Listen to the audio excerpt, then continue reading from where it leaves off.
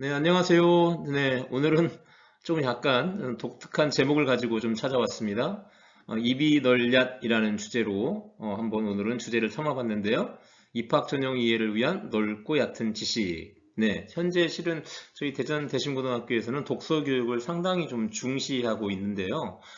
현재 2학년들은 지금 수행평가로 지적 대화를 위한 넓고 얕은 지식이라고 하는 책을 읽고 또 독후 감상문을 쓰고 그리고 또 독서 평가까지 볼 예정인데요. 그 책 제목을 좀 한번 좀 살짝 패러디를 한번 좀 해봤습니다. 우리가 좀 입시를 좀 이해하기 위해서는 실은 먼저 가장 먼저 선행돼야 할 것이 원래는 이런 입학 전형 체계를 좀 이해하고 각 대학들이 이런 입학 전형을 어떻게 설계하는지에 대해서 좀 이해할 필요가 좀 있거든요. 오늘은 그래서 입학 전형을 좀 이해를 하기 위한 넓고 얕은 지식이라고 하는 제목을 가지고 한번 입학 전형에 대해서 한번 좀 간단하게나마 이해해 보는 시간을 갖도록 해보겠습니다. 네, 대입 전형이 굉장히 복잡하다고 해서 한때 여론이 막 들끓었던 때가 있었습니다. 그래서 대교협에서는 보는 바와 같이 표준 대입 전형 체계를 좀 마련했는데요. 그래서 입시는 앞으로 이제 학생부 위주의 수시와 수능 위주의 정시로 양분될 것으로 보고 있습니다.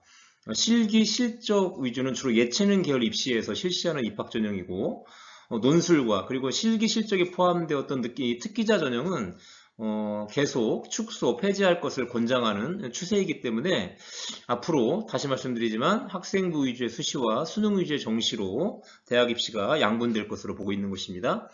각 대학들에서는 이제 이 표에 나타난 전형에서 수시에서는 최대 4개의 전형, 그리고 정시에서는 최대 2개의 전형 안에서 이제 입학 전형을 좀 설계하는 것인데요. 이 입학 전형을 어떻게 설계하느냐에 따라 1년 농사가 다 결정된다고 볼 수 있기 때문에 매우 신중하게 결정하고 피드백한 다음 그 내용을 다시 다음의 입학 전형에 반영하는 노력을 끊임없이 기울이고 있습니다. 자, 그럼 대학들은 어떤 결과가 나오면 성공적으로 신입생을 모집했다고 할 수 있을까요? 일단 경쟁률이 높다면 좋겠죠. 경쟁률이 높다면 전형료로 거두어들이는 비용도 덤으로 얻을 수 있는 이익이 될 듯합니다.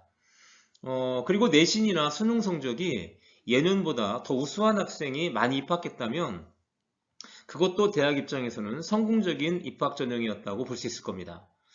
하지만 그런 점에 비추어 볼 때 대학들이 수능 중심의 정시 전형 그리고 또 어쩌면 내신 중심의 교과 전형을 확대하지 않는 것이 조금은 이상하게 생각될 수도 있는데요.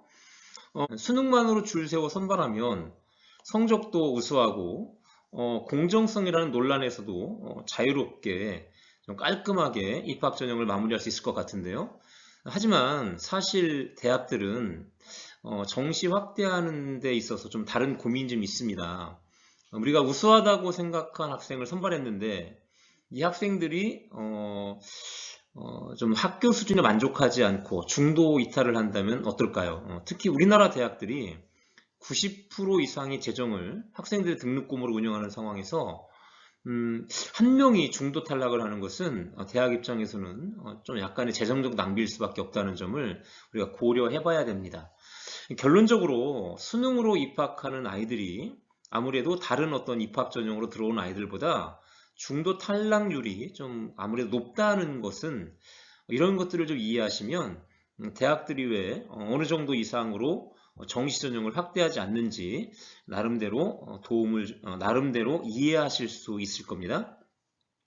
결론적으로 가장 성공적인 입학 전형, 대학 입장에서 가장 성공적이라고 생각하는 입학 전형은 높은 경쟁률은 물론 선발한 학생들이 학교에 잘 등록하고 아무리 선발했는데 등록하지 않으면 또 의미가 없잖아요. 등록을 잘 해야 되고 또 이후 재학 중에 우수한 성적과 성과를 거둬야 되고요. 하지만 뽑아놓은 아이들 많은 수가 학점을 잘 받지 못하고 또 도중에 이탈을 하게 되고 한다면 그것은 그 입학 전형 설계는 다시 고민해 봐야 될 문제가 될 것입니다.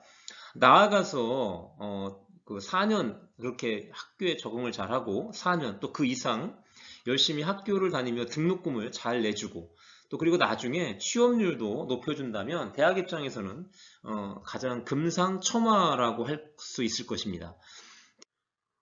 먼저 서울대는 뭐 가만히 있어도 우수한 학생들이 이제 몰려오잖아요. 네, 그래서 서울대 입학 전형은 실은 솔직히 복잡할 이유가 전혀 없습니다. 뭐 전교 1, 2등 뭐 고등학교도 추천받아 수능 최저 걸어두면 학력 미달자 어느 정도 걸러질 것이고요. 또 수시 일반 전형에서는 수능 최저를 걸지 않아도 어차피 학교마다 제일 똘똘하고 적극적인 학생들이 어떻게든 수시 일반 전형으로 지원할 것이니까 말입니다. 수능에서는 뭐 수능 또 100%로 하면 이제 물론 이제 바뀌긴 하지만 그동안에 수능 100%로 하면 전국 최고 수준의 성적을 거둔 학생들이 점수 순으로 이렇게 차곡차곡 지원을 했던 것이고요.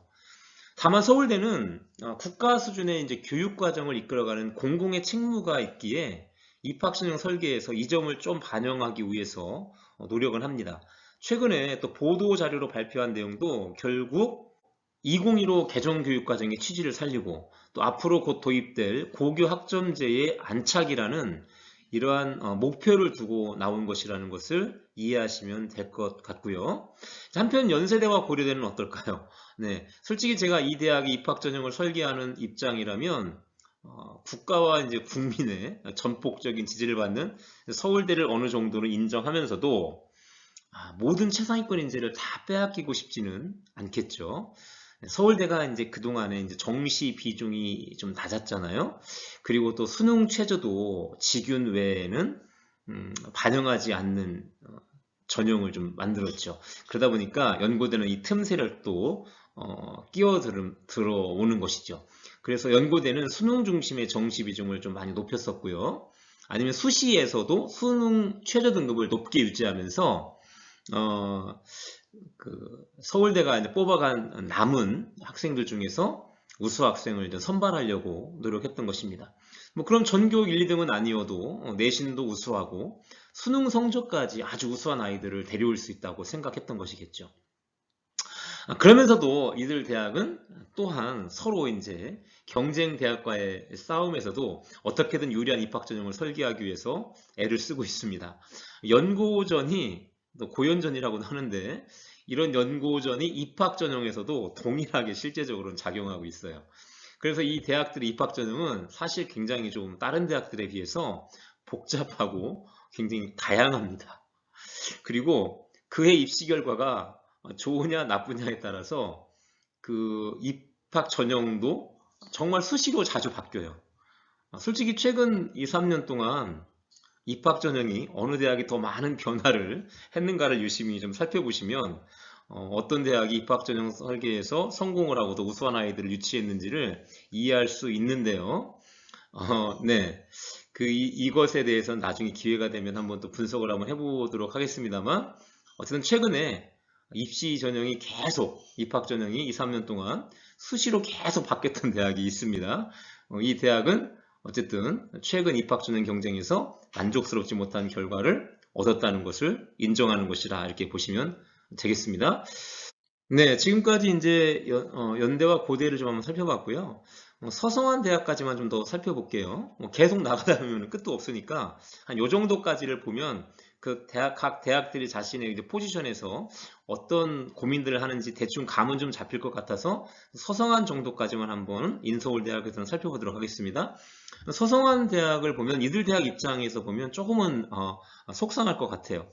1등만 기억하는 좀 더러운 세상 이런 말도 있는데 이런 세상에서 정말 괜찮은 상위 2% 이내 학생들 11,000명, 스카이 정원이 약 11,000명 정도 되거든요. 이 11,000명 정도를 소위 이제 스카이라고 하는 대학에서 거의 막 이렇게 싹쓸이 해가 버리잖아요. 정말 인정사정 없이 수단과 방법을 가리지 않고 온갖 다양한 전형을 통해서 조금이라도 이제 능력이 있다고 생각하는 아이들을 정말 싹쓸이 해간다는 어떤 느낌이 좀 들어요. 자, 그렇다면 이들 서성한 이들 대학들은 어떻게 하는 것이 자신들에게 유리할까요? 어차피 이 대학에 지원하는 학생들도 실은 그렇게 성적이 떨어지는 아이들은 절대로 아니거든요. 그런데 어차피 이런 성적만으로 평가하면 언제나 스카이를 이길 수 있는 방법은 요원하죠. 그러니까 이 대학들의 입장에서는 어쨌든 간에 특정 분야에 아주 뛰어난 대한민국 최고의 소질, 우리가 이런 말들을 조금은 이제 전문적인 말로 전공 적합성이라는 말로도 표현하기도 하는데요. 이 서성한 대학에서는 이런 특정 분야에 아주 뛰어난 대한민국 최고의 소질을 보이는 아이들이 있다면 이런 학생들을 좀 적극적으로 흡수하는 전략을 좀 취하는 것이 아닐까 생각을 합니다. 물론 그렇다고 해서 성적이 낮은 것도 아니고요. 솔직히 이런 학생들을 뽑아야 또 차별화된 전략이라고 할 수 있을 것이고, 이런 아이들이 스카이 대학의 학생들과 경쟁해서도 그런 해당 영역에서는 스카이 아이들을 뛰어넘을 가능성도 많아지겠죠. 이런 대학이 이제 대표적인 곳이 한양대라는 생각이 좀 들어요. 네, 한양대 같은 경우는 아예 내신 이런 반영을 처음부터 하지 않는다 이렇게 얘기를 하고 좀 학생부만 가지고 자소서도 필요 없이 학생수만 가지고 학생의 역량을 좀 평가하려고 노력하는 대학으로 알려져 있는데요. 자, 어쨌든 한양대가 대표적인 이런 어떤 전형을 좀 취하는 학교라는 생각이 좀 들고요. 성대는 저 삼성이라는 배경으로 이제 IT나 이런 반도체 계열 이런 등에서, 그리고 서강대는 잘 아시는 것처럼 이런 인문 계열, 특히 경제학이나 이런 분야에서 남다른 재능이 있는 학생들을 선발해 가려는 노력을 좀 기울이고 있는 것, 이렇게 보입니다. 이런 식으로 또 남은 대학들, 뭐 중경외시, 건동, 홍숙이나 등등도 자신들이 차지하는 위치 안에서 이제 고민에 고민을 거듭하면서 어떻게든 자신들이 원하는 학생, 특히 무엇보다 학교에 만족하고 중도 이탈하지 않을 가능성, 그 안에서 열심히 학업도 노력하는 그런 학생들을 선발하려고 노력하는 것이죠. 자, 뭐 이런 고민은 그러면 뭐 대전과 충청권에 있는 대학들은 하지 않을까요? 아닙니다. 이 대전과 충청권에 있는 대학 안에서도 이런 입학 전형 설계에 대한 고민은 아주 치열합니다. 뭐 시간이 된다면 또 이제 또 나중에 대전 충청권 대학의 입학 전형도 좀 자세히 살펴보겠습니다만, 최근 이제 특히 학령 인구 감소라는 또 열악한 환경까지 이제 겹친 상황에서 대학들은 사활을 걸고 신입생 유치에 최선을 다하지 않을 수 없는 그런 상황에 놓였죠. 그래서 이런 지방 대학으로 내려올수록 입학증 설계가 실은 매우 중요해졌습니다. 참고로 대전의 사립대학들은 국공립대학들은 조금 다르긴 합니다만, 지금 대부분의 이들 사립대학들은 거의 대부분 수시에서 교과나 학종으로 수능 최저도 없어요. 수능 최저 없이 놀랍게도 수시와 정시의 비율이 90대 10, 9대 1에 가까운 비율로 학생들을 현재 선발하고 있습니다. 그런데 솔직히 많은 현재 고등학교에서 안타깝게도 3년 동안 아이들 죽으라고 수능 대비 EBS 문제풀이 하다가 정작 고3에 올라가서는 수능과는 아무 관계없는 이런 수시전형에 지원하는 학생이 얼마나 많은지 참 안타까운 현실이기도 합니다. 따라서 학생들은 반드시 자신이 가고자 하는 대학 입학 전형을 살펴보고, 또 왜 이렇게 입학 전형을 설계하고 있으며 또 어떤 특징을 가진 학생을 선발하고자 하는지 이런 등등을 꼼꼼하게 읽고 준비할 필요가 있는 것입니다.